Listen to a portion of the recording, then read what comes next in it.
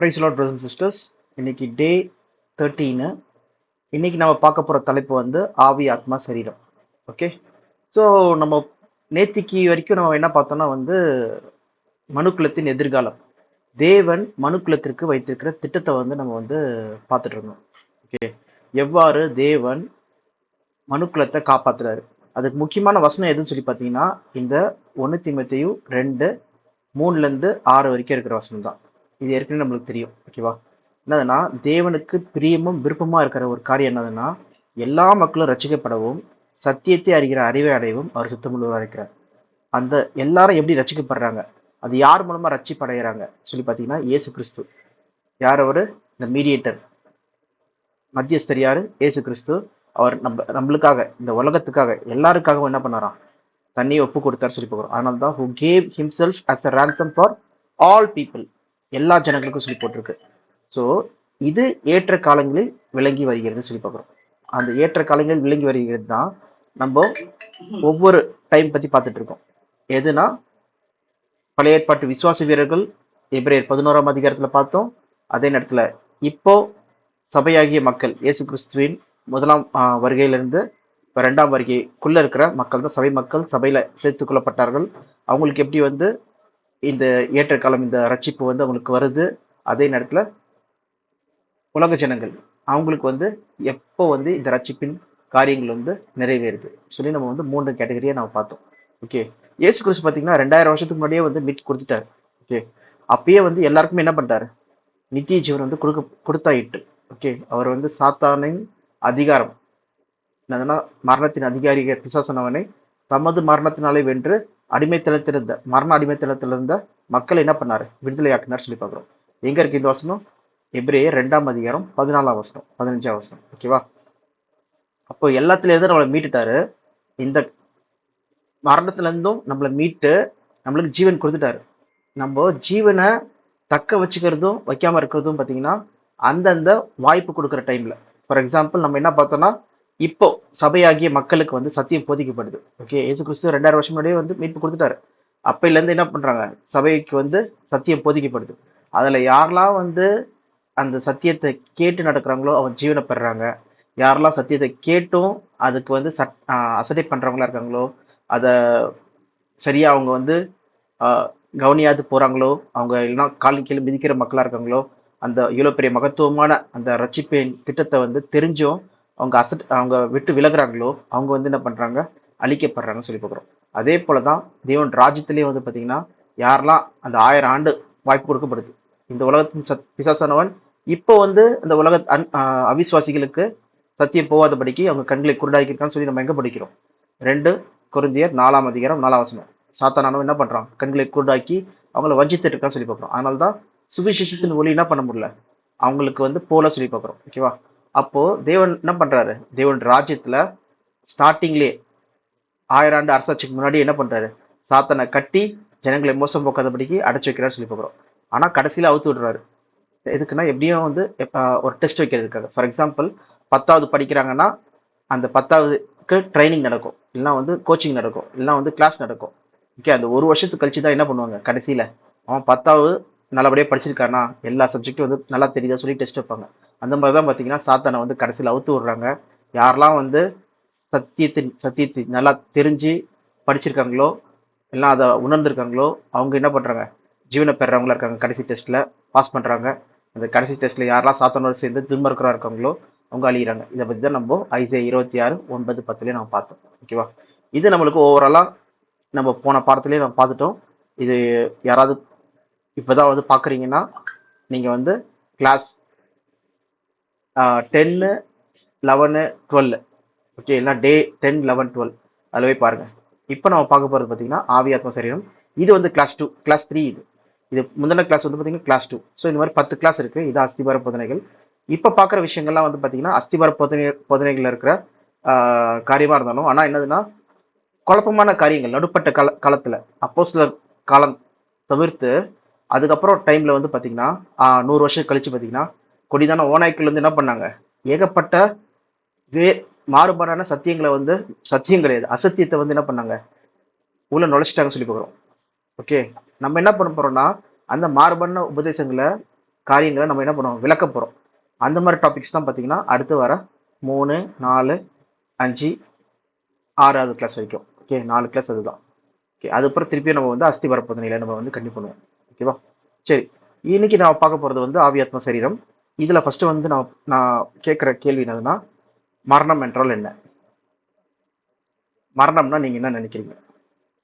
So பொதுவாக நம்ம மக்கள்கிட்ட கேட்டோம்னா மரணத்துக்கு பிறகு வாழ்வு இருக்கா சொல்லி பார்த்தீங்கன்னா, ஆமாம் வாழ்க்கை இருக்கு, செத்து போனவங்க அவங்க ஆத்மா வந்து சுத்திட்டு இருக்கு, அது உலகத்துல தான் வந்து இருக்கு, இல்லைன்னா வந்து அது சாந்தியா இருக்கு சொல்லி புறஜாதி மக்களுக்கு சொல்றதும் நம்ம பார்க்குறோம். இல்லை ஹிந்துஸு அந்த மாதிரி நம்ம மற்ற புத்திசம் அந்த மாதிரி மதங்கள் சொல்லி பார்க்குறோம்.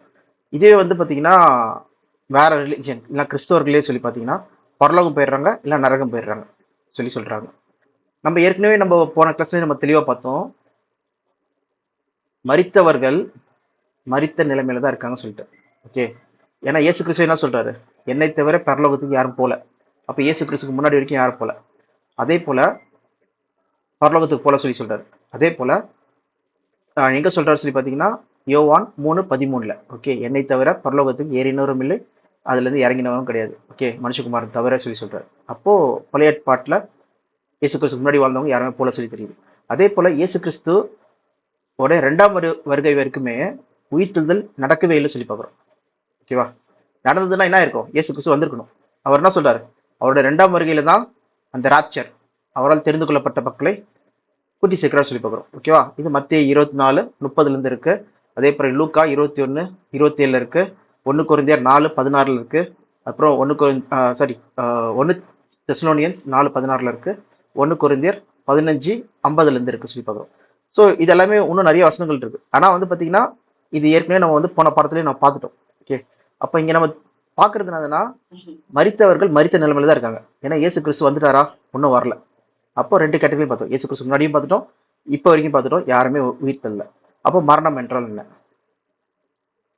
இது சயின்ஸ் என்ன சொல்லுது சொல்லி பார்த்தீங்கன்னா, சயின்ஸ் என்ன சொல்லுதுன்னா, ஒருத்தவங்க இறந்துட்டாங்கன்னா அதுதான் அவங்களுடைய ஸ்டேட்டஸ் எல்லாம் முடிஞ்சிச்சு. அவங்க வந்து பாடி வந்து அதில் இருக்க ஆர்கன்ஸ், ஓகே, ஹார்ட்டாக இருக்கட்டும், கிட்னியாக இருக்கட்டும், மூளையாக இருக்கட்டும், அது ஒரு ஒரு ஸ்டெப்பாக என்ன ஆகுது, ஷட் டவுன் ஆகுது சொல்லி பார்க்குறோம். நம்ம மூச்சு காற்று மூக்குலேருந்து போன உடனே, ஓகே, அப்போ என்ன ஆகுது, ஃபஸ்ட்டு ஹார்ட் வந்து கொஞ்சமாக ஹார்ட் பீட் வந்து ஒரு 30 செகண்ட்ஸ்குள்ளே வந்து நிற்க ஆரம்பிக்குது. அப்புறம் லங்ஸோட அந்த இது எல்லாமே வந்து நிற்க ஆரம்பிக்குது. மூளை பார்த்தீங்கன்னா ஒரு 10 மினிட்ஸ் வரைக்கும் என்ன இருக்கா, மூளை ஆக்டிவாக இருக்கு. ஓகே, ஏன்னா ரத்த ஓட்டம் இருக்கிறதுனால அப்படியே கொஞ்சமாக ரத்த ஓட்டம் அப்படியே கம்மியாகி அப்படியே சீசேஷன் அப்படின்னு சொல்லி பார்க்குறோம். ஸோ இப்படி தான் வந்து ஒரு ஆள் இறக்குறத பற்றி சயின்ஸ் சொல்லி பார்க்குறோம். ஓகே, மற்றபடி இங்கே ஆத்மா இருக்குதோ அந்த மாதிரிலாம் எதுவும் சொல்லலை சயின்ஸ். ஓகே, அறிவியல் படி நம்ம பார்க்கறது. அப்படி இருக்கும்போது மரணம் என்றால் என்ன அப்படி பார்க்கும்போது பைபிள் என்ன சொல்லி நம்ம இப்போ பார்க்க போகிறோம். ஓகே, இது வரைக்கும் நம்ம பார்த்தது மற்ற மதங்களாக இருக்கட்டும், இல்லை நம்மளோட முன்னாள் புரிதலாக இருக்கட்டும், இல்லைன்னா வந்து அறிவியல் சார்ந்த காரியங்களாக இருக்கட்டும், அதை நம்ம பார்த்தோம். இப்போ பைபிள் வேதாகமும் என்ன சொல்லுது மரணத்தை பற்றி வேணா படிக்கலாம். பிரசங்கி 9:5. இது உங்களுக்கு வந்து கொஞ்சம் இன்ட்ரெஸ்டிங்கா இருக்கும். நீங்க ஏதாவது கேள்வி இருந்தாலும் நீங்க வந்து கமெண்ட்ல எழுதலாம், கண்டிப்பா நாங்க ஆன்சர் பண்றோம். உயிரோடு இருக்கிறவர்கள் தாங்கள் மரிப்பதை அறிவார்களே, மரித்தவர்கள் ஒன்றும் அறியார்கள், இனி அவர்களுக்கு ஒரு பலனும் இல்லை, அவர்கள் பேர் முதலாய் மறக்கப்பட்டிருக்கிறது.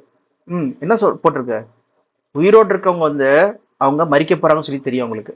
ஆனா மரிச்சவங்களுக்கு எதுவுமே தெரியாது, அவங்களுக்கு அவங்க பேர் கூட தெரியாதான். ஓகே, அது மட்டும் இல்லாம அது அர்த்தவசனம் படிங்க. அவர்கள் சிநேகமும் பகையும் அவர்கள் பொறாமையும் எல்லாம் ஒளிந்து போயிற்று. சூரியனுக்கு கீழே செய்யப்படுகிறது ஒன்றிலும் அவர்களுக்கு இனி என்றைக்கும் பங்கில்லை. பாத்தீங்களா, என்றைக்கும் பங்கில்லை. இந்த மாதிரி வெளில சுத்திட்டு இருக்காங்க, ஒரு ஆவியா சுத்திட்டு இருக்காங்க, ஏதோ வந்து அப்படியே கஷ்டப்பட்டு மூவ் பண்றாங்க. அந்த மாதிரி நிறைய படங்கள்ல நிறைய கதைகள்ல நம்ம பாட்டி சொல்றதா இருக்கட்டும், அது மாதிரி சொல்றதா இருக்கட்டும், அதெல்லாம் பார்த்தீங்கன்னா பேய் இருக்கு, பிசாஸ் இருக்கு, அதெல்லாம் சொல்லுவாங்க. ஓகேவா? அப்போ செத்து போனவங்க தான் இந்த மாதிரி வராங்க, மோகினி பிசாஸ் மாதிரி அப்படிலாம் சொல்றாங்க. அதெல்லாம் என்னன்னு சொல்லி நம்ம பார்க்கலாம். ஏன்னா இயேசு கிறிஸ்துவே பார்த்தீங்கன்னா லீகியோன் சொல்லிட்டு அநேக பிசாசு பிடிச்ச ஒரு மனுஷன் இருந்தான். அவனை கிட்ட இருந்த பிசாசுகளை வந்து விரட்டுறாரு சொல்லி பார்க்குறோம். அதெல்லாம் என்னன்னு சொல்லி நம்ம பார்க்கலாம். இந்த கிளாஸ்ல தான் நம்ம பார்க்க போறோம். அதெல்லாம் தெளிவடைய போறோம். ஆனா முதலாவது என்னதுன்னா, இங்க செத்து போனவங்க பத்தி நம்ம பார்த்துட்டு இருக்கோம். ஓகேவா? செத்து போனவங்க அவங்க என்ன பண்றாங்களா, மரணத்தப்போ அவங்க நினைவுகள் எதுவுமே இருக்க போறது கிடையாது. எல்லாமே முடிஞ்சிருச்சு. இப்போ எக்ஸாம்பிள் அவங்க ரொம்ப நேசிக்கிற அவங்க குழந்தையா இருக்கட்டும், இல்லை நேசிக்கிற அவங்க பசங்களா இருக்கட்டும், இல்லை நேசிக்கிற அவங்க அம்மா அப்பாவா இருக்கட்டும், ஓகேவா? அவங்க யார் பக்கத்துல வந்து நின்னாலும் அவங்க போய் கட்டி பிடிக்க மாட்டாங்க. ஏன்னா அவங்க என்ன எந்த ஸ்டேஜ்ல இருக்காங்க, டெட் பாடி, செத்து போன ஸ்டேஜ்ல இருக்காங்க. அவங்களால எதுவுமே பண்ண முடியாதான். ஓகே, எதுவுமே அவங்களால செயல்பட முடியாதான். இப்போ மரணத்தப்போ வந்து அவங்க அன்பு, அவங்க பகை, ஓகே விரோதமை ஒரு ரீதியாக கூட இருக்கட்டும், பக்கத்துல வந்தாலும் ஒன்றும் பண்ண முடியாது. அவங்களுடைய பொறாமை எல்லாமே என்ன பண்ணுதான், அழிஞ்சிருது. சூரியன் கீழே அவங்களுக்கு வந்து பங்கே கிடையாது. அவங்க வந்து எதுவுமே என்ன நடக்குதுன்னு கூட தெரியாது. திடீர்னு எக்ஸாம்பிள் சொல்லணும்னா, இப்போ ஒரு 300 வருஷம் 500 வருஷத்துக்கு முன்னாடி வாழ்ந்தவர் வந்து, இல்லை நம்ம வச்சுக்கலாம் பாரதியார். ஓகே, பார்த்தோன்னா வந்து ஒரு 60 வருஷம் முன்னாடி, 60-70 வருஷம் முன்னாடி வாழ்ந்து மரிச்சார் சொல்லி பார்க்குறோம்.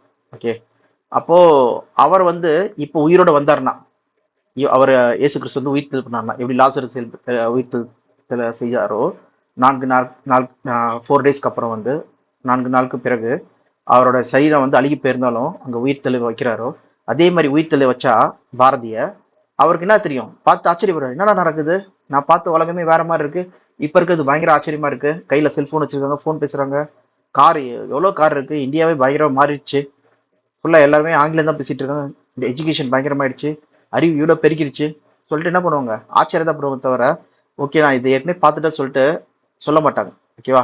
அவங்களுடைய அவங்க திருப்பி உயிரோட வரும்போது அவங்க என்ன இருக்கும், ஆச்சரியம் தான் இருக்கும் சொல்லி பார்க்குறோம். ஓகேவா? இது சும்மா உங்களுடைய அண்டர்ஸ்டாண்டிங்காக சொல்ற ஒரு பாயிண்ட். ஓகேவா? அதே போல பைபிள்ல அதான் சொல்ல வருது என்னதுன்னா, ஒன்றுமே தெரியாது அவங்களுக்கு, சூரியன் கீழே அவங்களுக்கு பங்கே கிடையாது சொல்லி பார்க்குறோம். ஓகேவா? அடுத்தபடியா இன்னொன்று வசனம் கூட படிங்க, அதுக்கு மேல இருக்க வசனம் படிங்களா, 23ஆம் வசனம், 3-4. எல்லாருக்கும் ஒரே விதமாய் சம்பவிக்கிறது. சூரியனுக்கு கீழே நடக்கிறது எல்லாவற்றிலும் விசேஷித்த தீங்காம். அதனால் மனுபுத்திரரின் இருதயம் தீமையினால் நிறைந்திருக்கிறது. அவர்கள் உயிரோடு இருக்கும் நாளளவும் அவர்கள் இருதயம் பைத்தியம் கொண்டிருந்து பின்பு அவர்கள் செத்தவர்கள் இடத்திற்கு போகிறார்கள். எல்லாரும் செத்தவர்களுக்கு போறாங்க. இதுல 4வது வசனம் பாருங்களேன், கொஞ்சம் இன்ட்ரெஸ்டிங்கா இருக்கும். இதற்கு நீங்களா இருக்கிறவன் யார்? உயிரோடு இருக்கிற அனைவரிடத்திலும் நம்பிக்கை உண்டு. செத்த சிங்கத்தை பார்க்கிலும் உயிருள்ள நாய் வாசி. எவ்வளவு டேரக்டா இருப்பாங்க. செத்த சிங்கம் என்னதான் வந்து பயங்கர வல்லமையுள்ள பயங்கர காட்டுக்கே ராஜாவா இருந்தாலும் உயிருள்ள ஒரு நாய் வாசி, ஏன்னா அது உயிரோட இருக்கு. ஓகே, ஆனா சிங்கம் என்ன ஆச்சு, செத்து போயிடுச்சு. அதுக்கு இந்த பூமியில ஒரு பங்கும் கிடையாது, அதெல்லாம் முடிஞ்சிச்சு அது கதை. ஆனா நாய் வந்து உயிரோடு இருக்கு. ஓகேவா? அப்ப எது வல்லமையா இருக்கு சொல்லி பார்த்தீங்கன்னா நாய் தான் சொல்லி இங்க நம்ம பிரசங்கி வந்து எழுதுறாரு சொல்லி பார்க்குறோம். ஓகே, சாலமன். ஓகே, அப்போ பார்த்தீங்கன்னா வந்து மரணம் சொல்றது வந்து ஸ்பீசியேஷன் ஆஃப் லைஃப் நின்றுச்சு, அதோட ஒண்ணுமே கிடையாது சொல்லி பார்க்குறோம். ஆனா இயேசு கிறிஸ்து வந்து இதை மாத்துறாரு. எப்படி மாத்துறாரு சொல்லி பார்த்தீங்கன்னா, மரணத்தை நித்திரைக்கு ஒப்பிட்டு சொல்றாரு. ஓகேவா? அது வேணா படிக்கலாம், யோவான் 11ஆம் அதிகாரம்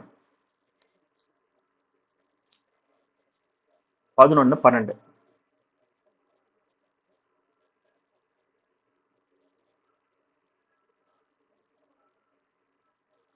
அதற்கு அவருடைய சீஷர்கள், ஆண்டவரே, நித்திரை அடைந்திருந்தால் சுகமடைவான் என்றார்கள். இயேசுவானவர் அவனுடைய மரணத்தை குறித்து அப்படி சொன்னார், அவர்களோ நித்திரை செய்து இளைப்பாறுகிறதை குறித்து சொன்னார் என்று நினைத்தார்கள். ஓகே, சோ அவங்க என்ன நினைச்சிட்டாங்கன்னு சொல்லி பாத்தீங்கன்னா, சீஷர்கள் வந்து அவர் நித்திரை பண்றது வந்து தூங்குறத பத்தி நினைச்சிட்டாங்க. ஏன்னா லாசரஸ்க்கு வந்து உடம்பு சரியில்லை, அவன் நித்திரை பண்ணா வந்து கொஞ்சம் நல்லாயிடுவான்ல, அதான் இங்க சொல்றாங்க, Lord if he sleeps he will be better, நல்லாயிடுவாங்கல்ல அப்படி சொல்லி சொல்றாங்க. ஆனா இயேசு கிறிஸ்து என்ன சொன்னார் சொல்லி பார்த்தீங்கன்னா, Jesus has been speaking of his death, மரணத்தை வச்சு சொல்றாங்க. Okay, but his disciples thought he was natural sleeping.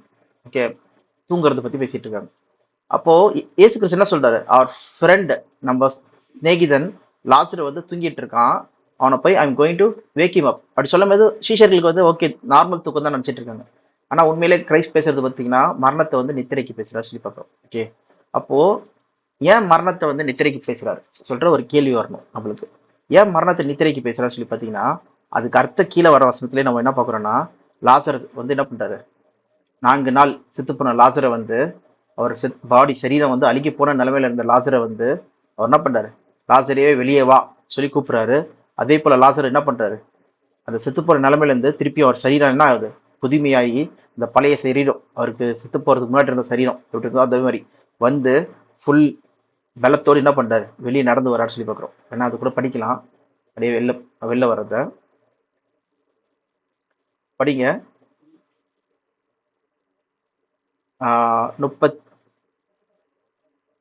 40ஆம் வசனம், ஃபர்ஸ்ட் 40 படிங்க, அப்புறம் 43 படிங்க, 43 44. இயேசு அவளை நோக்கி, நீ விசுவாசித்தால் தேவனுடைய மகிமையை காண்பாய். நீ விசுவாசித்தால் தேவனுடைய மகிமையை காண்பாய் சொல்லிட்டு 43 44 நான் உனக்கு சொல்லவில்லையா என்றார். அப்பொழுது மரித்தவன் 43 படிங்க. இவைகளை சொன்ன பின்பு லாசருவே வெளியே வா என்று உரத்த சத்தமாய் கூப்பிட்டார்.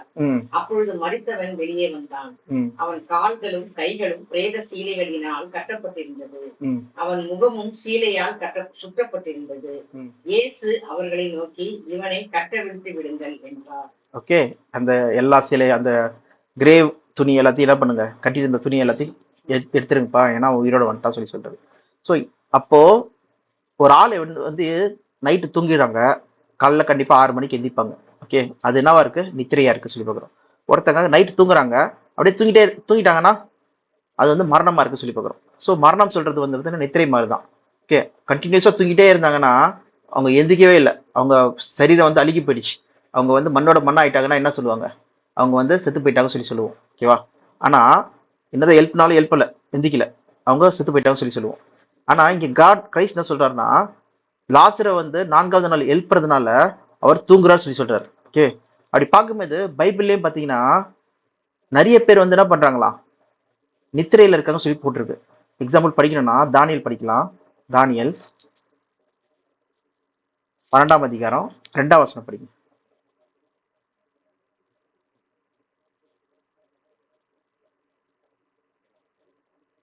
2. பூமியின் தூயிலே நித்திரை பண்ணுகிறவர்களாகிய அநேகரில் சிலர் நித்திய ஜீவனுக்கும் சிலர் நித்திய நிந்தைக்கும் இகழ்ச்சிக்கும் விழித்து எழுந்திருப்பார்கள். இது ஏற்கனவே படிச்ச மாதிரி நம்மளுக்கு ஞாபகம் இருக்குல்ல, எங்க படிச்சோம் பாத்தீங்கன்னா யோவான் 5ஆம் அதிகாரம் 29ஆம் வசனம், 28 29.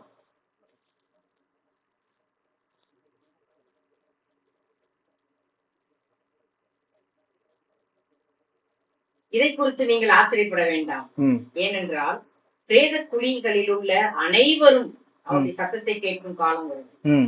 அப்பொழுது நன்மை செய்தவர்கள் ஜீவனை அடையும்படி எழுந்திருக்கிறவர்களாகவும் தீமை செய்கிறவர்கள் ஆக்கினை அடையும்படி எழுந்திருக்கிறவர்களாகவும் புறப்படுவார்கள். புரியுதா? இப்ப திருப்பி நீங்க டேனியல் படிங்க. டேனியல் 12:2.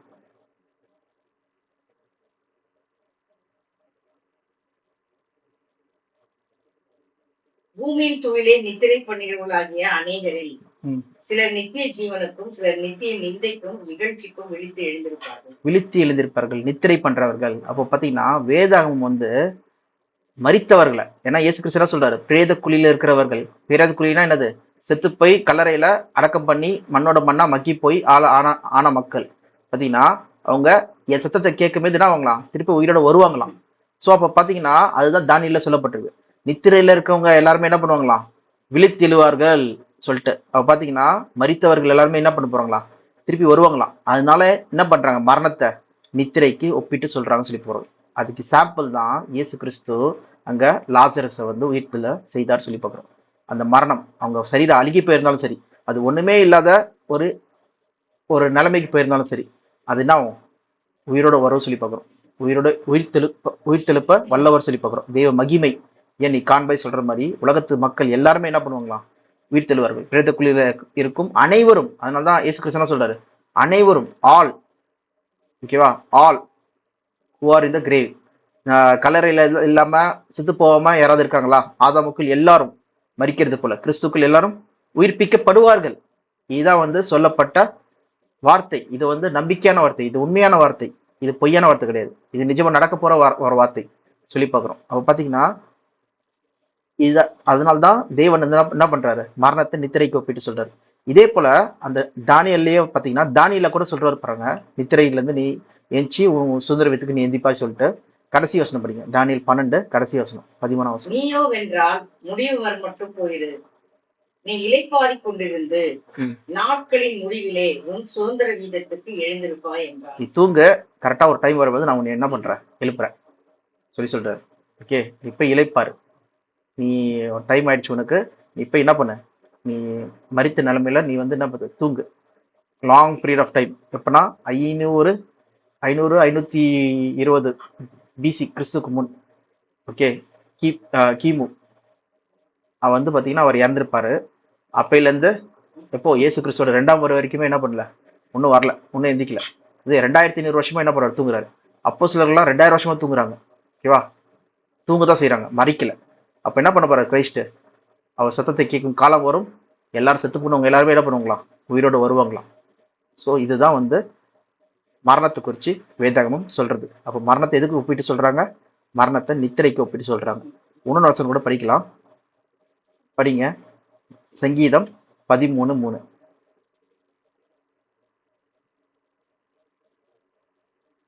அவனை மேற்கொண்டேன் என்று என் பகைஞன் சொல்லாதபடிக்கும், நான் தள்ளாடுகிறதுனால் என் சத்துருக்கள் களி கூறாதபடிக்கும் இப்படி செய்தார்கள். சங்கீதம் 13:3. என் தேவனாகிய கர்த்தாவே, நீர் நோக்கி பார்த்து எனக்கு செவி கொடுத்தள்ளும், நான் மரண நித்திரை அடையாதபடிக்கு என் கண்களை தெளிவாக்கும். மரண நித்திரை, ஓகேவா, மரணத்தை எதுக்கு கம்பேர் பண்றாங்க, நித்திரைக்கு கம்பேர் பண்றாங்க பாக்குறோம். அதே மாதிரி பாத்தீங்கன்னா நிறைய வசனங்கள் வந்து பாத்தீங்கன்னா மரணத்தை வந்து நித்திரைக்கு வந்து கம்பேர் பண்ணி சொல்றாங்க. இது நான் தனிப்பட்ட முறையில் நான் வந்து கமெண்ட்ல வேணா எழுதுறேன், நீங்க போய் பார்க்கலாம். ஏன்னா ஏகப்பட்ட வசனங்கள் வந்து பாத்தீங்கன்னா மரணத்தை வந்து நித்திரைக்கு ஒப்பிட்டு சொல்லப்பட்டிருக்கு. இங்க நான் தனியா ஒரு லிஸ்டே வச்சிருக்கேன், 36 வசனங்கள் கிட்ட வந்து இருக்கு மரணத்தை வந்து நித்திரையா வந்து சொல்றதுக்கு. ஓகே, வேணா தாவீது வந்து என்ன பண்ணார், மரண நித்திரையில வந்து படுத்துட்டார். ஓகே, அவரை வந்து இறந்து போயிட்டார் சொல்றது வந்து என்ன சொல்றாங்க, and Solomon slept with his father. ஏன்னா சாலமன் தூங்கிட்டாராம், தாவீது தூங்கிட்டாராம். ஓகே, இதெல்லாம் பார்த்தீங்கன்னா எங்க இருக்குன்னா 1 ராஜாக்கள் 2:10 இருக்கு அந்த மாதிரி. ஓகே, அது கூட படிங்க, 1 ராஜாக்கள் 2:10.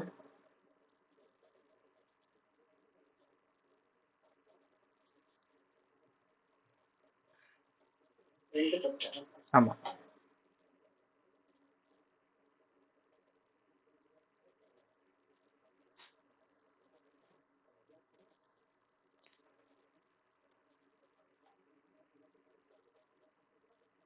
பின்பு தாவீது தன் பிதாக்களோட நித்திரை அடைந்து, பாருங்க, பிதாக்களோட அடக்கம் பண்ணப்பட்டார். பிதாக்களோட நித்திரை அடைந்து, நித்திரை. ஓகே, என்ன பண்றாங்கன்னா தூங்குறாங்க, நித்திரைனா தூக்கம். ஓகே, பைபிள் பாத்தீங்கன்னா நித்திரை நித்திரை சொல்ற வார்த்தையை எதுக்கு அடையாளப்படுத்துதுன்னு சொல்லி பாத்தீங்கன்னா, அவங்க திருப்பி உயிரோட வருவாங்க சொல்றத வந்து அடையாளப்படுத்துறது தான். ஏகப்பட்ட வார்த்தைகள் வந்து மரணத்தை வந்து நித்திரைக்கு கம்பேர் பண்ணி சொல்றாங்க. ஸோ இப்போ உங்களுக்கு வந்து ஏன் வந்து இயேசு கிறிஸ்து மரணத்தை நித்திரைக்கு அடையாளம் பண்ணி சொல்றாரு சொல்லி உங்களுக்கு புரிஞ்சிருக்கும்னு நினைக்கிறேன். ஓகேவா, இப்போ அடுத்தபடியாக நம்ம போறது என்னதுன்னா ஆத்மா. ஓகேவா, இப்போ ஆத்மானா என்னது? ஸோ நிறைய பேர் ஆத்மானா என்ன சொல்லுவாங்கன்னா, அது நமக்குள்ள இருக்கிற ஒரு பொருளா இருக்கும் சொல்லி சொல்றாங்க. சரி, ஃபர்ஸ்ட் அந்த கேள்விக்கு வர்றதுக்கு முன்னாடி, ஆத்மா சாகுமா? ஆத்மாக்கு மரணம் இருக்கா? ஆத்மாக்கு ரத்தம் இருக்கா? ஆத்மாவை யாராவது பார்க்க முடியுமா, இல்லை அதை கொல்ல முடியுமா சொல்லி பார்த்தீங்கன்னா நிறைய பேர் சொல்ல போனா 99.9% கிட்ட மக்கள் என்ன சொல்லுவாங்க, ஆத்மா சாகாது, அது என்றென்றைக்கும் உயிரோடு இருக்கும் சொல்றதுதான் பொதுவான மக்களுடைய அபிப்பிராயம் சொல்லி பார்க்குறோம். இந்த சப்ஜெக்டே பார்த்தீங்கன்னா ஆவி ஆத்ம சரீரம், இதை பற்றி நம்ம தெளிவடைய போறோம். அதுவும் நம்ம என்ன பார்த்தோம், தவறுதலான போதனைகளை வந்து நம்ம என்ன பண்ண போறோம், நீக்கி ஆதி திருச்சபை அப்போஸ்தலர்கள் வச்சிருந்த அந்த உண்மையான போதனைக்கு நம்ம போகிறோம். ஓகே, அதனாலதான் இத்தனை வசனங்களை நம்ம பார்க்குறோம். இல்லைன்னா வந்து நம்ம சும்மா பேசுறது நம்ம போயிட்டு பேசிட்டு போயிடலாம். ஆனா வசனம் மூலமா பார்க்கறது என்னதுன்னா அந்த ஆதாரத்தை நம்ம பார்க்கறதுனால தான். ஓகேவா, அப்படி பார்க்கும்போது ஆத்மா சாகுமா பார்த்தீங்கன்னா ஆத்மா சாகும்னு சொல்லி தான் பைபிள் சொல்லுது. ஏன்னா படிக்கலாம்,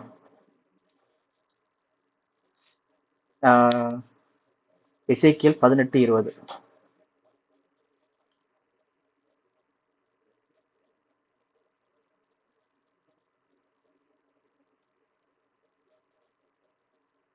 பாவம் செய்கிற ஆத்மாவே சாகும். பாருங்க, பாவம் செய்கிற ஆத்மாவே சாகும். பாவம் செய்கிற ஆத்மாவே சாகும். The one who sins is the one who will die சொல்லி பார்க்குறோம். இதுக்குள்ள போய் பார்த்தோன்னா பாவம் செய்கிற ஆத்மா சாகும் சொல்லி போட்டிருக்கு. ஓகே, இது நான் வந்து இந்த டிரான்ஸ்லேஷனில் போகிறேன், KJV. Okay, the soul who sins shall die. soul. ஓகேவா? இப்போ பார்த்தீங்கன்னா இதை வந்து நம்ம இன்டர்லீனி அந்த இது எபிரேய வார்த்தையில் பார்க்கலாம்.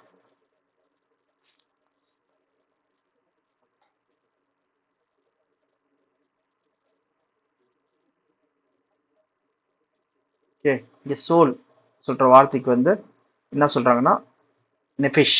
நெஃபிஷ் சொல்கிற எபிரேய வார்த்தை சொல்லி வருவோம். நே ஃபிஷ் எல்லாருக்கும் தெரியும்னு நினைக்கிறேன். நெஃபிஷ் இந்த ப்ரொனன்சியேஷன் ஸ்பெல்லிங் பண்ணுறது நெஃபிஷ். அதுக்குன்னா எ சோல், இல்லைனா வந்து living being, life, self, person, desire, passion, appetite, emotion சொல்லிட்டு நிறைய டெஃபினேஷன் இருக்குது. பார்த்தீங்கன்னா சோல் தான் ஃபர்ஸ்ட் டெஃபினேஷன், அப்புறம் லிவிங் பீயிங் சொல்கிறது தான். ஓகேவா? அப்போ பார்த்தீங்கன்னா சரி, இப்போ ஆத்மா சாகம் சொல்லி போட்டிருக்கு. இங்கே மட்டும் தான் போட்டிருக்கா ஆத்மா சாகம் சொல்லிட்டு? பார்த்தீங்கன்னா இங்கே மட்டும் இல்லை, நிறைய இடத்துல இருக்குது. ஃபார் எக்ஸாம்பிள் படிக்கலாம்.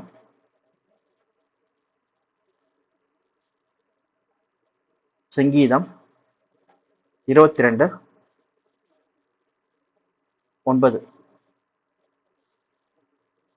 29 சாரி.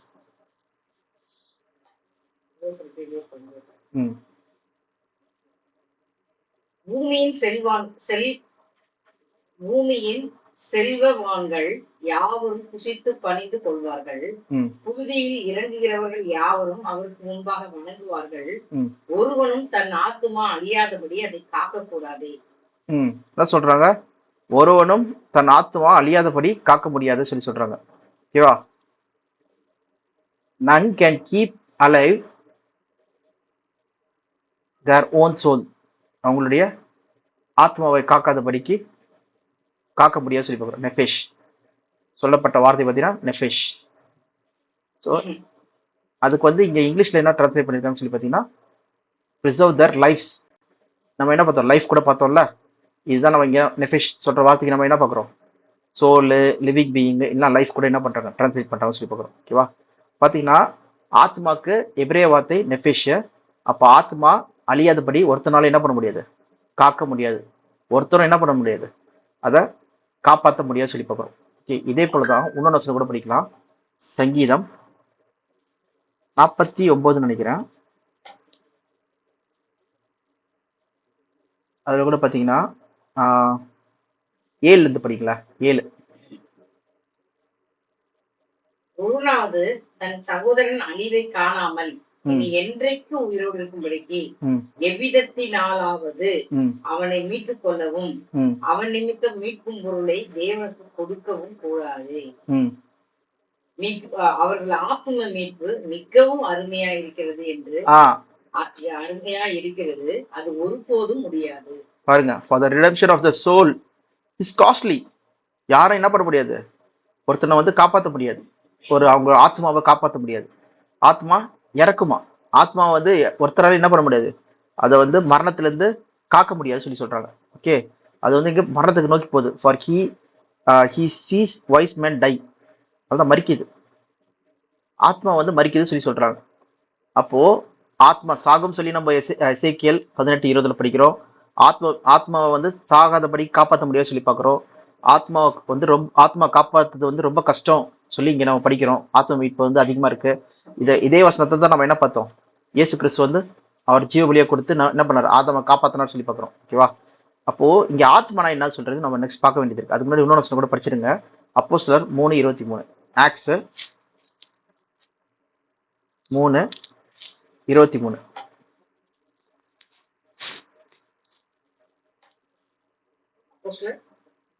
அப்போஸ்தலர் 3:23.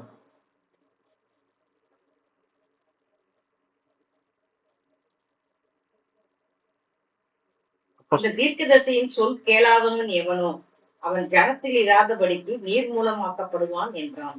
எவ்ரி சோல், எவ்ரி ஆத்மா என்ன ஆகுதா, who does not listen to the prophet shall be destroyed. அழிக்கப்படுமா. ஆத்மா அழியாது கிடையாது, ஓகே, சாகாது கிடையாது. அது ஆத்மா சாகும், ஆத்மா அழியும் சொல்றதுதான் இங்க என்ன பார்க்குறோம், வேதாகமும் சொல்லுது சொல்லி பார்க்குறோம். ஓகேவா. இப்போ இதுல உங்களுக்கு வந்து ஒரு கேள்வி நிறைய வரலாம். அந்த கேள்விக்கான பதில் தான் நம்ம நெக்ஸ்ட் பார்க்க போறோம். ஃபர்ஸ்ட் ஆஃப் ஆல் அந்த கேள்வி என்னதுன்னா, ஆத்மானா என்னது, ஆத்மானா எதை குறிக்குது, வேதாகமம் ஆத்மானா எதை சொல்லுது சொல்லி நம்ம தெரிஞ்சுக்கணும். இப்ப நம்ம நினைச்சிட்டு இருக்கிற ஆத்மா சொல்றது வேறையா, இல்ல வேதாகமா சொல்ற ஆத்மா வேறையா? அப்ப ஆத்மா எதை பத்தி பேசிட்டு இருக்கு, அது ஆத்மானா எதை டிஃபைன் பண்றாங்க வேதத்துல, பைபிள் எது சொல்லுது சொல்லி நம்ம பார்க்க போறோம். இதை பார்க்கும்போது நிறைய பேர் என்ன சொல்லுவாங்கன்னா, ஆத்மானா நமக்குள்ள இருக்கிற ஒரு ஜீவி, என்னதுன்னா நம்ம மனசாட்சி, இல்லைன்னா என்னோட கேரக்டரிஸ்டிக்ஸு, ஓகே, அதுதான் ஆத்மா. அதுதான் என்ன ஆகுது, செத்து போயிட்ட பிறகு சுத்திட்டு இருக்கு, சாந்தி அடையாத ஆத்மா இருக்கு அந்த மாதிரி சொல்லிட்டு ஏகப்பட்ட தியரிஸ் வந்து ஒவ்வொரு ரிலிஜனையும் இருக்கு. ஹிந்துவிசம்ல இருக்கு, முஸ்லீம்ல இருக்கு, கிறிஸ்துவத்திலேயே வந்து பார்த்தீங்கன்னா இந்த பைபிள் சொல்லலை, மற்றபடி ஓரல் டீச்சிங் இல்லைன்னா வந்து அவங்களுக்கா புரிஞ்சதை வந்து உலக சித்தாந்தத்தை பற்றி பேசுறது சொல்லி பார்க்குறோம். நம்ம என்ன பார்க்க போறோம்னா, பைபிள் என்ன சொல்ல போகுது சொல்லி நம்ம பார்க்க போறோம் ஆத்மா பற்றி. ஓகேவா. அப்படி பார்க்கும்போது ஃபர்ஸ்ட் வந்து நம்ம தெரிஞ்சுக்க வேண்டிய விஷயம் என்னதுன்னா, ஆத்மாக்கு ரத்தம் இருக்கா. நம்ம ஆத்மா ஆனா என்னன்னு சொல்லி கண்டுபிடிக்கணும்னா, அப்போ வந்து ஆத்மாக்கு ரத்தம் இருக்கா சொல்ற மாதிரி நம்ம சில கொஸ்டின்ஸ் வந்து கேட்கலாம். பார்த்தீங்கன்னா பைபிள் சொல்லுது ஆத்மாக்கு ரத்தம் இருக்கு சொல்லிட்டு. படிங்க, எரேமியா 2:34.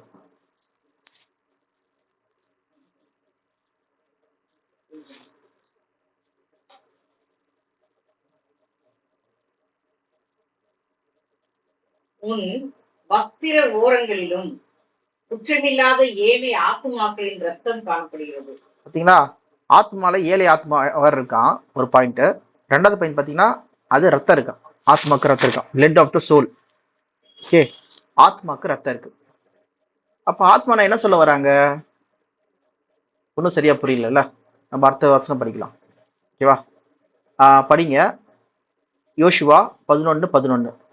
ஆத்மா வந்து தொட முடியுமா, ஆத்மா வந்து கட்ட முடியுமா, ஓகே, கத்தியில குத்த முடியுமா. ஓகே, யோசுவா 11:11.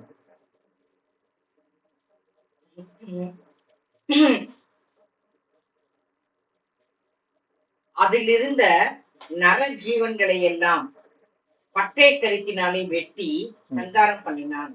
நர ஜீவன்கள் சொல்லி போட்டிருக்கு. அங்க பாத்தீங்கன்னா அது இங்கிலீஷ்ல பாத்தீங்கன்னா சோல், அங்க யூஸ் பண்ணப்பட்ட வார்த்தையும் வந்து சோல். சரி, இது உண்மையிலேயே அதான் அப்படிதான் இருக்கா சொல்லி பார்க்கலாம். ஓகேவா. யோசுவா 11:11.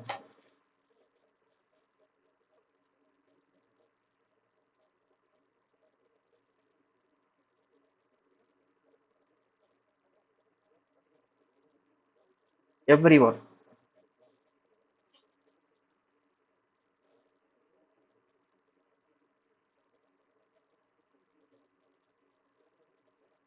Akish to smile.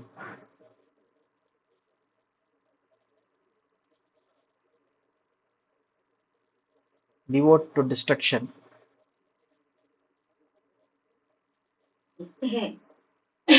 Remain unburnt in Azol. எங்க பாருக்கு, ஸ்வாட்.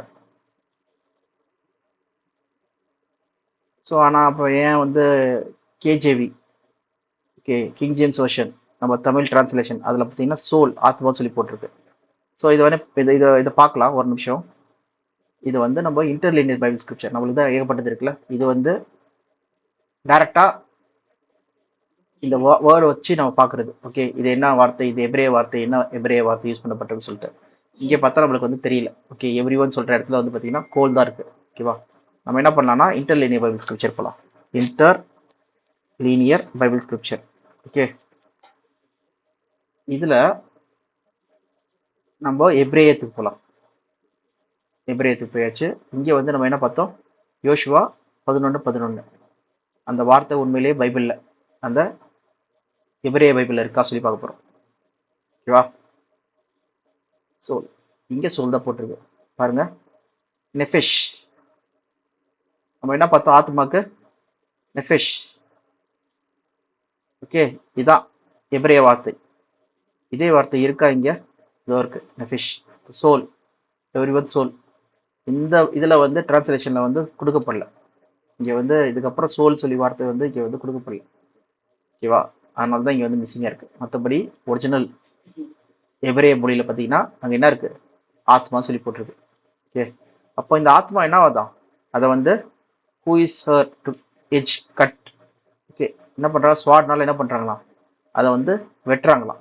என்ன போட்டிருக்கு? And they smooth all the soul that there with the edge of the sword utterly destroying. என்ன பண்றாங்கன்னா ஆத்மாவை வந்து கத்தியால குத்தி அதை சாவடிக்கிறாங்களாம். ஓகேவா? அப்போ என்ன சொல்ல வராங்க இங்க? ஆத்மாவை வந்து தொட முடியுது, ஏன்னா கத்தியால கட் பண்றாங்கன்னா அப்ப தொட முடியுதுல்ல. ஆத்மாவுக்கு வந்து ரத்தம் இருக்கு சொல்லி சொல்றாங்க. ஆத்மாவுக்கு வந்து என்ன இருக்கு பார்த்தீங்கன்னா அதை கண்ணால பார்க்க முடியுது. ஏன்னா வந்து அதை வெட்டுறாங்கன்னா வந்து அதை பார்த்து தானே வெட்டுறாங்க, பார்க்காம வெட்ட முடியுமா? அப்போ உண்மையிலே இந்த ஆத்மானா என்னது சொல்லி பார்த்தீங்கன்னா, ஆத்மானா மனுஷன், உயிருள்ள ஒரு மனுஷனை சொல்றாங்க. ஃபார் எக்ஸாம்பிள், நீங்க வந்து கப்பல்ல போயிட்டு இருக்கீங்க. நீங்க வந்து பள்ளத்துல கப்பல்ல இருக்கும்போது, கப்பல் முழுகிற ஸ்டேஜ்ல இருக்கும்போது என்ன பண்ணுவீங்க? ஒரு கரைக்கு வந்து சேர்றீங்க, ஒரு ஐலாண்ட். ஓகே, ஒரு ஐலாண்ட்ல வந்து நீங்க வந்து அந்த கப்பல் வந்து கரை தட்டுது. அந்த இடத்துல என்ன எழுதுவாங்கன்னா SOSன்னு எழுதுவாங்க. SOS. இது கூட காமிக்கிறேன் பாருங்க. SOS sign. ஓகே, அதுக்கு அர்த்தம் என்னது? SOS தான் சேவ் அவர் சோல். இதுக்கு அர்த்தம், மீனிங் என்னது? டிஸ்ட்ரஸ் சைனுக்கு ஃபுல் ஃபார்ம் சொல்றான். Okay, save our soul. SOS தான் சேவ் அவர் சோல். என்ன போட்டிருக்கு? Save our soul. ஓகே, என் ஆத்மாவை காப்பாத்துங்க சொன்னாங்கன்னா, அங்க காப்பாற்ற வரவங்க ஃப்ளைட்லயோ இல்லைன்னா வேற ஒரு கப்பல்ல வரவங்க நீங்க அங்க உயிரோடு இருந்தாலும் உங்க ஆத்மா மட்டும் தனியா காப்பாத்திட்டு போவாங்களா? பார்த்தீங்கன்னா கிடையாது. அது யார் சொல்லுது? அது நம்மளதான் சொல்லுது. என்னை காப்பாத்துங்க சொல்லி சொல்றாங்க. அதே போல நம்ம சர்ச்சில் வந்து பாத்தீங்கன்னா போதகர் இல்லைன்னா பாஸ்டர்ஸ் எல்லாம் என்ன சொல்லுவாங்கன்னா, எத்தனை ஆத்மாவை நீங்க சபைக்கு கூட்டு வந்தீங்கன்னு சொல்லி கேட்பாங்க. ஓகேவா? அப்போ நம்ம பேசுற லாங்குவேஜ்லயா இருக்கட்டும், நம்ம பழகிற லாங்குவேஜ்லயா இருக்கட்டும், நம்ம என்ன பண்ணுவோம்? ஆத்மா வந்து எதுக்கு யூஸ் பண்றோம்? ஒரு உயிருள்ள ஒரு மனிதர்களுக்கோ, ஒரு உயிருள்ள ஒரு நம்ம கூட நடமாடுகிற ஒருத்தருக்கோ நம்ம வந்து பேசிட்டு இருக்கோம். ஓகே, நம்மளை குறிச்சு நம்ம பேசிட்டு இருக்கோம். ஓகேவா? சேவ் அவர் சோல் சொல்லி இங்க சொல்றாங்க. அதே போல எத்தனை ஆத்மா கூட்டு வந்தீங்கன்னா, நீங்க வந்து ஒரு ஆத்மா கண்ணுக்கு தெரியாத ஆத்மா வந்து கூட்டு வரது கிடையாது. உங்க கூட வந்து பக்கத்துல வீட்டுக்காரங்க இல்லைன்னா யாரெல்லாம் வந்து வேற ஆட்களா இருக்காங்களோ அவங்க என்ன பண்றீங்க? கூப்பிட்டு வந்து சத்தியத்தை கேட்கறதுக்காக நீங்க வந்து சபைக்கு கூட்டு வரீங்க. இதுதான் எத்தனை ஆத்மாவை நீங்க கூட்டு வந்தீங்கன்னு சொல்லி கேட்கறாங்க. ஓகேவா? அப்போ அது உண்மையிலே வந்து பாத்தீங்கன்னா, அது ஆவியோ ஒரு கண்ணுக்கு தெரியாத ஒரு ஆள் இதுவோ கிடையாது. அது உயிருள்ள நடமாடுகிற ஒரு மனிதரை வந்து சொல்றாங்கன்னு சொல்லி பார்க்குறோம். ஓகேவா? இதுதான் வேதாகமும் சொல்லுது. எப்படி ஆத்மா கிரியேட் ஆகுது, எப்படி ஆத்மா உருவாகுது சொல்லி நம்ம பார்க்கலாம். ஃபர்ஸ்ட் ஆத்மா உருவாகுது பார்த்தீங்கன்னா, ஆதியாகமம் 2ஆம் அதிகாரம் 7ஆம் வசனம். எப்படி ஆத்மா உருவாகுது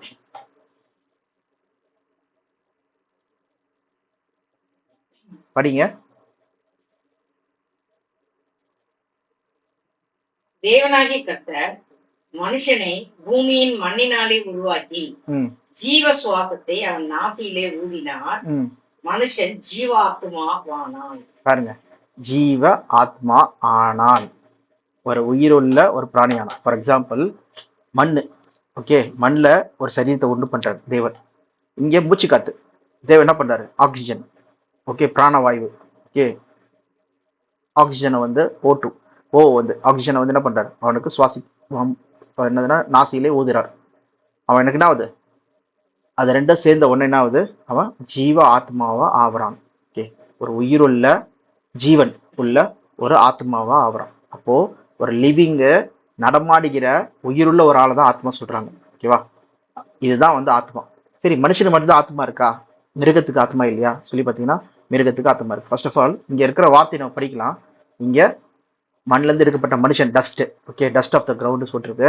அப்புறம் breath, the breath of life. Okay, அவருடைய அந்த ஆக்சிஜன் ஆவியை வந்து ஊதுறாரு சொல்லி பார்க்குறோம்.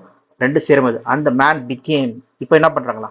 1+1 சரீரம் பிளஸ் அந்த ஆவி. ஆவி சொல்றது ஆக்சிஜன் சேரும்போது என்ன ஆகுது? அவன் ஒரு லிவிங் பீயிங். ரெண்டு சேர்ந்துருச்சு, ஒரு லிவிங் பீயிங் ஆயிட்டா சொல்லி பார்க்குறோம். ஒரு உயிருள்ள நடமாடுகிற ஒரு பீயிங் ஆயிட்டான். பார்த்தீங்கன்னா அதான் ஆத்மா சொல்றாங்க. Living being. பீயிங் கிளிக் பண்ணா என்ன வருது? நெஃபிஷ். பார்த்தா பார்த்தீங்களா ஆத்மா, அதுதான் soul, living being, life, self. பார்த்தீங்கன்னா இதுதான் சொல்லி பார்க்குறோம். பார்த்தீங்கன்னா இதே கீழே வந்து பார்த்தீங்கன்னா இங்கெல்லாம் வந்து இந்த வார்த்தை எபிரேய வார்த்தை வந்து யூஸ் பண்ணப்பட்டிருக்கு. ஆதியாகமம் 1ஆம் அதிகாரம் 20ஆம் வசனத்துல யூஸ் பண்ணப்பட்டிருக்கு. இங்க என்னப்பா மனுஷனை தவிர்த்து வேற ஆத்மா இருக்கா சொல்லி பார்த்தீங்கன்னா இருக்கு. படிக்கலாம். இந்த மீன்கள் இருக்கட்டும், பறவைகளா இருக்கட்டும், இல்லைன்னா வந்து ஆதியாகமம் 1ஆம் அதிகாரம் 20ஆம் வசனம் படிங்க. பின்பு தேவன் நீந்தும் ஜீவ ஜந்துகளையும் பூமியின் மேல் வானம் என்கிற ஆகாய விரைவிலே பறக்கும் பறவைகளையும் ஜலமானது திரளாய் ஜனிப்பிக்க கடவுது என்றார். என்ன சொல்றாங்க? இந்த லிவிங் கிரீச்சர்ஸ், ஓகேவா? கிரீச்சர்ஸ் போட்டிருக்கு பார்த்தீங்களா? இது ஆத்மா சொல்லி போட்டிருக்கோம். ஏன்னா அங்கே காமிக்கிறேன் பாருங்க. 1:20 ஆதியாகமம் 1:20. இதுல வந்து பாத்தீங்கன்னா லிவிங் கிரீச்சர். கிரீச்சர் சொல்றது கிடையாது. இங்க வந்து பாருங்க லிவிங் எஃபிஷ் போட்டிருக்கா. Living being, living creature, living life. So இந்த வார்த்தை தான் வந்து என்ன இருக்கு 1:20 லிவிங் கிரீச்சர். இதுதான் வந்து ஆத்மா சொல்லப்படுது. இங்க பாத்தீங்கன்னா லிவிங் பக்கத்துல வந்து ஸ்வாம்ஸ் ஆஃப் கிரீச்சர்ஸ், ஓகேவா? கேஜேவில வந்து பாத்தீங்கன்னா மூவிங் கிரீச்சர் சொல்லி பார்க்குறோம். இதுதான் ஆத்மா சொல்லி போட்டிருக்கு சொல்லி பார்க்குறோம், ஓகேவா? என்னதுன்னா ஆதியாகமம் 1ஆம் அதிகாரம் 20 வந்து பார்த்தீங்கன்னா the water team with living creatures. இதுக்கு தான் என்ன பண்ணுறாங்க? நெஃபிஷ், சோல், ஆத்மா சொல்கிறாங்க. இப்போ மீன்களுக்கும் ஆத்மா இருக்கான், ஓகேவா? அப்படின்னா என்னது? அது உயிருள்ள, அதுக்கு சரீரம் இருக்கு, அதுக்கு மூச்சு இருக்கு, மூச்சு காத்துக்கு ஆக்சிஜன் இருக்கு. அது ரெண்டு சேரும்போது என்ன ஆகுது? அது உயிருள்ள பிராணியாவது சொல்லி பார்க்குறோம். அதே போல் பாருங்க, பூமியிலேருந்து வருகிற மிருகங்கள் பாருங்களேன், அது கூட ஆத்மா இருக்கு சொல்லி போட்டிருக்கு. ஆதியாகமம் 1ஆம் அதிகாரம் 24ஆம் வசனம். ஆதியாகமம் 1:24. 1. பின்பு தேவன் பூமியானது ஜாதி ஜாதியான ஜீவ ஜந்துகளாகிய நாட்டு மிருகங்களையும் ஊரும் பிராணிகளையும் காட்டு மிருகங்களையும் ஜாதி ஜாதியாக பிறப்பிக்க கடவுள் என்றால் அது அப்படியே பாத்தீங்கன்னா let the earth bring forth living creatures சொல்லி போட்டிருக்கு. இப்போ பாத்தீங்கன்னா திருப்பி போறேன். நெஃபிஷ், ஓகே, சோல், ஆத்மா, ஓகே. அப்ப பாத்தீங்கன்னா மிருகங்களா இருக்கட்டும், பறவைகளா இருக்கட்டும், இல்லைன்னா ஊரும் பிராணிகளா இருக்கட்டும், இல்லைன்னா வந்து நீந்துகிற மீன்களா இருக்கட்டும், தண்ணியிலே வந்து பாத்தீங்கன்னா பெரிய பெரிய என்னது டால்பின்ஸு, சுறா, இல்லைன்னா வேலு, எல்லாமே வந்து பாத்தீங்கன்னா சரீரம் இருக்கு, அதுக்கிட்ட மூச்சு காத்து இருந்ததுனாலே அது என்ன ஆயிடுது? அது ஒரு லிவிங் பீயிங்கா இருக்கு. அது ரெண்டு சேரமே தான் அது லிவிங் பீயிங்கா இருக்கு. அது ரெண்டு பிரியும்போது என்ன ஆகுது? என்ன ஆகும் சொல்றது கூட போட்டிருக்கு. அந்த ஆத்மா இருக்குமா? ஆத்மா இருக்கா சொல்லி பார்த்தீங்கன்னா ஆத்மா வாழுதா சொல்லி பார்த்தீங்கன்னா ஆத்மா வாழல சொல்லி தான் பைபிள் சொல்லுது. ஏன்னா படிக்கலாம். இது நம்ம என்ன பார்க்குறோம்? ரெண்டு சேரும்போது ஒரு ஆத்மா உருவாகுது சொல்லி பார்க்குறோம். அது நத்திங் பட் லிவிங், உயிருள்ள ஒரு ஆளையோ, உயிருள்ள ஒரு மீனையோ, உயிருள்ள ஒரு பறவைகளையோ, உயிருள்ள ஒரு மிருகத்தையோ வந்து என்ன சொல்றாங்க? ஆத்மா சொல்லி சொல்றாங்க, ஓகேவா? உயிருள்ளது, ஓகே. செத்து போனதை வந்து ஆத்மா சொல்ல மாட்டாங்க. செத்து போனது வந்து டெட் பாடி, அதுதான் முடிஞ்சிச்சு. இந்த சுவாசம் வந்து ஆக்சிஜன் வந்து கலந்துருக்கு, இல்லைன்னா தேவன் கிட்ட போயிடுது சொல்லி பார்க்குறோம். என்ன படிக்கலாம். பிரசங்கி 12:7.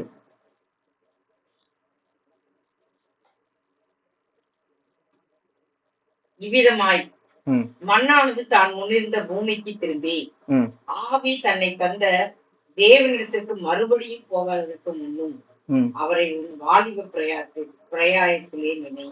அவ பாத்தீங்கன்னா செத்து போகும்போது மண்ணானது என்ன பண்ணுது? சரீரமானது மண்ணுக்கு போயிடுது சொல்லி பாக்குறோம்.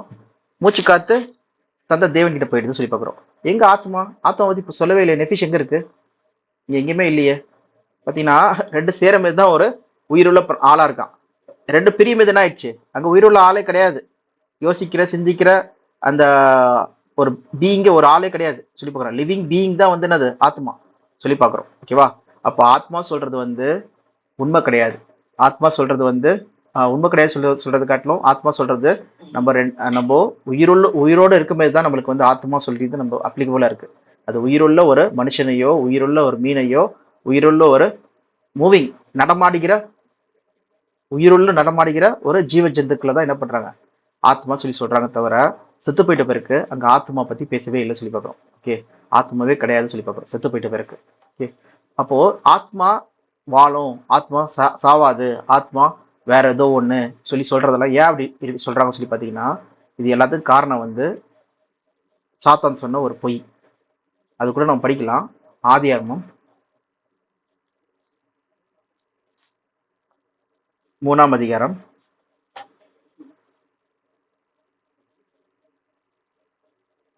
4ஆம் வசனம். அப்பொழுது சர்ப்பம் ஸ்திரீயை நோக்கி, நீங்கள் சாகவே சாவதில்லை. நீங்க சாகவே சாவதில்லை. You will not certainly die. Okay, நீங்க சாக மாட்டீங்க சொல்லி யார் சொன்னது? அந்த பழைய பாம்பாகிய வலு சர்ப்பம் சாத்தான் என்ன பண்றான் சொல்றான் சொல்லி பார்க்குறோம். ஆனா தேவன் என்ன சொன்னாரு? நான் அப்படியே பேரலா ஒன்று நான் எடுத்து வைக்கிறேன். என்னதுன்னா ஆதியாகமம் 2ஆம் அதிகாரம் 17ஆம் வசனம். ஆனாலும் நன்மை தீமை அறியத்தக்க விருட்சத்தின் கனியை புசிக்க வேண்டாம், அதை புசிக்கும் நாளில் சாகவே சாவாய் என்று கட்டளையிட்டார். காட் என்ன சொல்றாரு? நீ அதை புசிக்கும் நாளில் சாகவே சாவாய். You will surely die. என்ன போட்டிருக்கு? You shall surely die. நீ சாகவே சாவாய். இங்க சாத்தான் என்ன சொல்றான்? You will not certainly die. நீ சாகவே சாக மாட்டாய். Certainly not die. Okay, not certainly die. நீ சாக மாட்டாய். அப்போ சாத்தான் சொல்றது வந்து பொய்யா, தேவன் சொல்றது வந்து பொய்யா? ஓகே, தேவன் என்ன சொன்னாரு? You will certainly die. நீ கண்டிப்பா சாவ. You will certainly die. கண்டிப்பா சாவ. சாத்தான் என்ன சொல்றான்? நீ சாக மாட்டாய். You will not certainly die. Okay, will not certainly die. ஓகேவா? அப்போ இந்நாள் வரைக்கும் அந்த ஆத்மா சாகாது உயிரோட தான் இருக்கு சொல்லிட்டு இருக்கிறது எதனாலதானா, இந்த உலக மற்ற மதங்களா இருக்கட்டும், உலகத்துல இருக்க மோஸ்டா எல்லா மக்களுமே நம்புறதுக்கான காரணம் என்ன சொல்லி பார்த்தீங்கன்னா, இந்த என்ன இருக்கு? ஆத்மா சாகாது, இல்லைன்னா வந்து நீ சாக மாட்டாய் சொன்ன இந்த சாத்தானுடைய முதல் பொய்யை தான் என்ன பண்றாங்க இந்த உலகத்துல இருக்கிற அனைத்து மதங்களா இருக்கட்டும், அனைத்து மக்களுமே நம்பிட்டு இருக்காங்க சொல்லி இந்நாள் வரைக்கும் நம்பிட்டு இருக்காங்க. தேவன் சொன்ன வார்த்தை என்னது? நீ சாகவே சாவாய், நீ மண்ணிலிருந்து எடுக்கப்பட்டாய், மண்ணுக்கு திரும்புவாய். அப்படிதான் சொல்றாரு தேவன். அது கூட பார்க்கலாம். ஆதியாகமம் 3ஆம் அதிகாரம்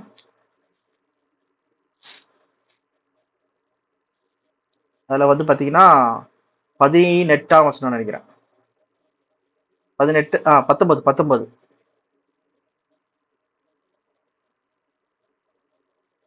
படிங்க. நீ பூமியிலிருந்து எடுக்கப்பட்டபடியால் நீ பூமிக்கு திரும்ப மட்டும் உன் முகத்தின் வேர்வையால் ஆகாரம் புசிப்பாய். நீ மண்ணா இருக்கிறாய், மண்ணுக்கு திரும்புவாய். அதான் முடிஞ்சிச்சு. காட் என்ன சொல்றாரு? நீ மண்ணா இருக்கிறாய், மண்ணுக்கு திரும்பாய். அதான் பைபிள் சொல்லுது. அப்ப பாத்தீங்கன்னா சாத்தான் என்ன சொன்னா? நீ சாகவே சாவதில்லை. அந்த சொல்றத வந்து இல்லப்பா, நீ ஆத்மால நீ சாவறது கிடையாது, நீ இதுல சாவறது கிடையாது, நீ வந்து உயிரோட தான் இருக்கிற, நீ வாழ்ந்துட்டு இருக்கிற சொல்லிட்டு இந்த பொய்யான சித்தாந்தத்தையும் பொய்யான இந்த அசத்தியத்தையும் என்ன பண்றான் சாத்தான்? அப்ப சொன்ன பொய்ய வந்து இந்நாள் வரைக்கும் நிரூபிச்சிட்டு இருக்கா சொல்லி பார்க்கிறோம். அவன் தான் பொய் சொல்றவனா இருக்கான். இது இயேசு கிறிஸ்துவை சாட்சி கொடுக்கறது. பாருங்க, யோவான் 8ஆம் அதிகாரம் 8:44.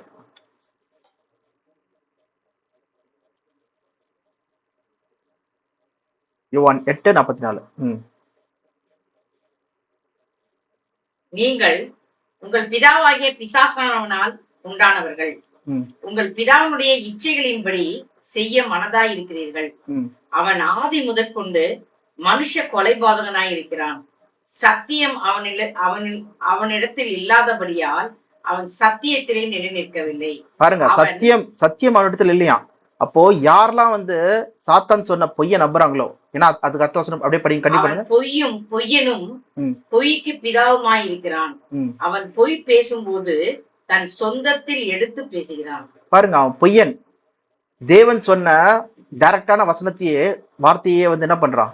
நீ சாகவே சாவாய் சொன்னத நீங்க சாக மாட்டீங்க சொல்லி அது மட்டும் இல்லாம இந்நாள் வரைக்கும் செத்தவங்க சாவலப்பா, அவங்க உயிரோட தான் இருக்காங்க சொல்லிட்டு எல்லா மதத்தையும் சரி இல்லைன்னா எல்லா மக்களையும் நம்ப வைக்கிறது பாத்தீங்கன்னா இந்த சாத்தான் தான். அந்த சாத்தான் தான் என்ன பண்றான்? சத்தியத்துல மக்கள் இல்லாதபடிக்கு என்ன பண்றாங்க? அசத்தியத்துல கொண்டு போறான். ஏன்னா அவன் என்ன பண்ணலையா? அவனே சத்தியத்துல இல்லையா? அவனே சத்தியத்துல இல்லாதபடிக்கு அவன் என்ன பண்றான்? பொய்யனும் பொய்க்கு பிதாவுமா இருக்கிறேன்னு சொல்லி பார்க்குறோம். அப்போ யாரெல்லாம் வந்து ஆத்மா சாகாது, ஆத்மா உயிரோட தான் இருக்குன்னு சொல்லி நம்புறாங்களோ அவங்க யாரை நம்புறாங்கன்னு சொல்லி பார்த்தீங்கன்னா சாத்தானோட பொய்யை நம்புறாங்க, சாத்தானுடைய அசத்தியத்தை நம்பிட்டு இருக்காங்கன்னு சொல்லி பார்க்குறோம். ஓகே, இதுதான் நம்ம இங்க பார்க்குற பாயிண்ட். இதுக்கப்புறம் நம்ம வந்து நெக்ஸ்ட் பாடத்துல நாளைக்கு நம்ம என்ன பார்க்க போறோம்னா ஆத்மானா என்னது, ஆவினா என்னது, அப்புறம் இதை குறிச்சான நிறைய கேள்விகள். பழைய ஏற்பாடுல பார்த்தீங்கன்னா சாத்தான் எந்த அளவு வந்து வஞ்சித்திருக்கான்னு சொல்லி பார்த்தீங்கன்னா தேவன் என்ன சொல்லுவார்னா உன்னிடத்தில் அஞ்சனை பார்க்குறவங்க இருக்கக்கூடாது, குறி சொல்றவங்க இருக்கக்கூடாது, என்னன்னா செத்து போனவங்கள உயிரோட எழுப்பி நான் வந்து கொண்டு வந்து பேசுறாங்க சொல்லி சொல்றாங்க பார்த்தீங்களா, அவங்களாம் இருக்கக்கூடாது சொல்லி சொல்லுவாங்க. தேவன் வந்து என்ன பண்றாங்க, கட்டளை போட்டார், அவங்கள உன்னோட தேசத்துல இல்லாதபடிக்கு என்ன பண்ணு, அவங்கள சாவடிச்சு போட்டுற சொல்லி சொல்லுவார். ஓகேவா? ஏன் சொல்றாரு சொல்லி பார்த்தீங்கன்னா அது பொய்யின் ஆவி சொல்லி பார்க்குறோம், அசத்தியத்தின் ஆவியா இருக்கு சொல்லி பார்க்குறோம். அதாவது வந்து தேவன் வந்து அருவருக்கிறார். ஓகேவா? தேவன் சத்தியத்தினால செயல்படுறவர் சொல்லி பார்க்குறோம். அப்போ இந்த அளவு வந்து தேவன் என்ன பண்றாரு, அந்த கெட்ட ஆவிகளா இருக்கட்டும், கெட்ட செய்கை செய்யறவங்களா இருக்கட்டும், அவங்க எதனால செய்யறாங்க சொல்லி பார்த்தீங்கன்னா சாத்தானும் தூதர்களால செய்யறாங்க.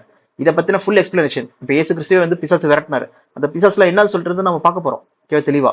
ஆனா அது நம்ம புரிஞ்சுக்க வேண்டிய விஷயம் என்னதுன்னா செத்து போனவங்க கிடையாது அது, அந்த ஆவிகள். அப்போ சாத்தான் என்ன பண்றான்னா அவனுடைய தூதர்களின் ஆவிகளை வச்சுதான் என்ன பண்றான், இந்த பொய்யை வந்து இந்நாள் வரைக்கும் என்ன பண்ணிருக்கான், நிரூபிச்சிட்டு இருக்கான் மக்கள் மத்தியில. ஒருத்தர் சாவலன் ராம்மூர்த்தி வந்திருக்கேன், நான் வந்து காஞ்சனா வந்திருக்கேன், நான் முனியாண்டி வந்திருக்கேன் சொல்லி ஒருத்தவங்களுக்குள்ள பூந்து அந்த மாதிரி பேசுறது எல்லாமே என்னதுன்னா ஒரு ஆள் வந்து சாவல, அவன் ஏவாள் கிட்ட சொன்னா பாத்தீங்கன்னா நீ சாவதில்லை சொன்ன அந்த பொய்யை வந்து இந்நாள் வரைக்கும் நிரூபிச்சிட்டு இருக்கான்னு சொல்லி பார்க்குறோம். ஆனா பாவம் செய்யற ஆத்மா சாகும் சொல்றதுதான் பைபிள் சொல்லுது. இதுதான் வந்து நம்ம விசுவாசிக்கணும். ஓகே, இதை விசுவாசிக்காம நம்ம வந்து சாத்தனோட பொய்யை சாகாது சொல்லி நம்ம விசுவாசிச்சோன்னா நம்ம சாத்தனின் பொய்யை தான் நம்புறோம். நம்மளும் வந்து அசத்தியத்தில் இருக்கிற மக்களாக தான் இருக்கிறோம் சொல்லி பார்க்குறோம். ஸோ இதை தொடர்ந்து நம்ம நாளைக்கு வந்து ஆவியை பற்றி பார்க்கலாம், அதே நேரத்தில் சரீரத்தை பற்றி பார்க்கலாம், இன்னும் நிறைய தெளிவுகள். அப்போ இயேசு கிறிஸ்து காலத்தில் இருந்த காரியங்கள், அந்த பேய்கள்லாம் என்ன பேய்கள், ஆதிமையை காத்துக்கொள்ளாத தூதர்கள் அவங்க எங்கே இருக்காங்க சொல்கிற அந்த காரியங்களை நம்ம டீட்டெயிலாக பார்க்கலாம். ஸோ இது எல்லாருக்கும் பிரோஜனமாக இருக்கும்னு நினைக்கிறேன். ஏதாவது கேள்வி இருந்ததுன்னா கண்டிப்பாக நீங்கள் கீழே கமெண்ட்ல எழுதுங்க, கண்டிப்பாக உங்களுக்கு வந்து நாங்கள் ஆன்சர் பண்ணுறோம். ஓகே, நன்றி.